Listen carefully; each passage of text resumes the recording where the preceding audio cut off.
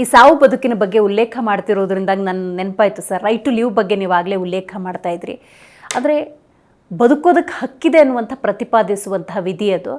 ಮಗದೊಂದು ಕಡೆ ನಾವೇ ಸುದ್ದಿಯಲ್ಲಿ ನೋಡ್ತಾ ಇರ್ತೀವಿ, ಮರ್ಸಿ ಕಿಲ್ಲಿಂಗ್ ಅನ್ನುವಂಥ ಅವಕಾಶ. ಅಂದರೆ ಎಷ್ಟೋ ಜನ ಬದುಕೋಕ್ಕಾಗಲ್ಲ, ನನಗೆ ಸಾವು ಕೊಡಿ, ದಯಾಮರಣ ಕೊಡಿ ಅಂತ ಕೇಳುವಂಥ ಪರಿಸ್ಥಿತಿ ಇದೆಯಲ್ಲ. ಇಲ್ಲ, ಅವರು ದಯಾಮರಣ ಕೇಳೋದು ಕಾಯಿಲೆಗಳಲ್ಲಿ ಒಂದೆರಡು ಕೇಸಲ್ಲಿ ಕೊಟ್ಟಿದ್ದಾರೆ, ಅದು ಸುಪ್ರೀಂ ಕೋರ್ಟ್ ಕೊಟ್ಟಿಲ್ಲ. ಸೊ ದಿಸ್ ಈಸ್ ಅದು ಸಾಯೋದಲ್ಲ. ಈಗ ರೈಟ್ ಟು ಲಿವ್ ಅಂದರೆ ಏನು? ಕೂಲಿ ಕೊಡಿ, ಕೆಲಸ ಕೊಡಿ.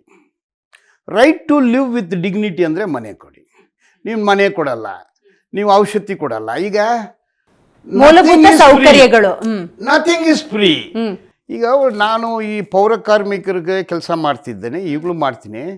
ಒಂದು 5 ವರ್ಷಕ್ಕೆ ಮೊದಲು ಒಂದು ಮಹಿಳೆ ರೋಡಲ್ಲಿ ಕಾರು ಗುದ್ದುಬಿಟ್ಟಿದೆ. ಆಯಮ್ಮನ್ನು ತಗೊಂಡೋಗಿ ಬೌರಿಂಗ್ ಹಾಸ್ಪಿಟ್ಲಲ್ಲಿ ಹಾಕಿದ್ದಾರೆ. ನೋಡೋಕ್ಕೆ ಹೋದೆ, ನೋವಲ್ಲಿ ನರಳಾಡ್ತಾ ಇದ್ದಾಳೆ. ಅಲ್ಲಿ ಡಾಕ್ಟ್ರು ಬರ್ಕೊಡ್ತಾರೆ, ಎಕ್ಸ್ರೇ ದುಡ್ಡು ಕಟ್ಟಬೇಕು 2000, ಬ್ಲಡ್ ಚೆಕಪ್ 2000 ಕಟ್ಟಬೇಕು.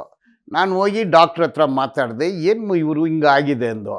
ಸರ್ ಆಪ್ರೇಷನ್ ಇಮಿಡಿಯೇಟಾಗಿ ಮಾಡಬೇಕು, ಮಾಡಿ 89,000 ರೂಪಾಯಿ ಹಿಪ್ ಬೋನ್ ರೀಪ್ಲೇಸ್ಮೆಂಟ್ಗೆ ದುಡ್ಡು ಕಟ್ಟಿ ಅಂತಾರೆ ಬೋರಿಂಗ್ ಆಸ್ಪತ್ರೆಯಲ್ಲಿ. ಮತ್ತು ನಾವು ಆಗೋದಿಲ್ಲ ಅಂತಾರೆ.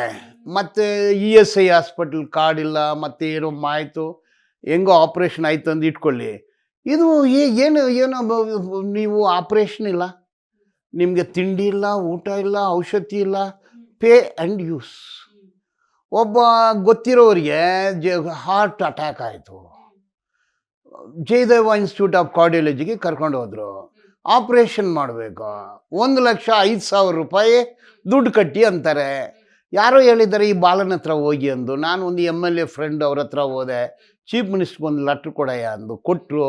ಚೀಫ್ ಮಿನಿಸ್ಟ್ರ್ ಹತ್ರ ಲೆಟ್ರ್ ಸಹಿ ಮಾಡಿ ಕೊಟ್ಟಿದ್ದು. ತಗೊಂಡು ಹೋದರೆ 35,000 ರೂಪಾಯಿ ಕಡಿಮೆ ಮಾಡ್ತೀವಿ, 70,000 ಕಟ್ಟಿಲ್ಲ, ಸತ್ತೋದ. ಒಬ್ಬ ಮನುಷ್ಯನಿಗೆ ಪ್ರಾಣ ಉಳಿಸಲು ಔಷಧಿ ಕೊಡದೆ ಇರೋ ಸರ್ಕಾರ ನಮ್ಮ ಸರ್ಕಾರ, ಭಾರತ ಸರ್ಕಾರ.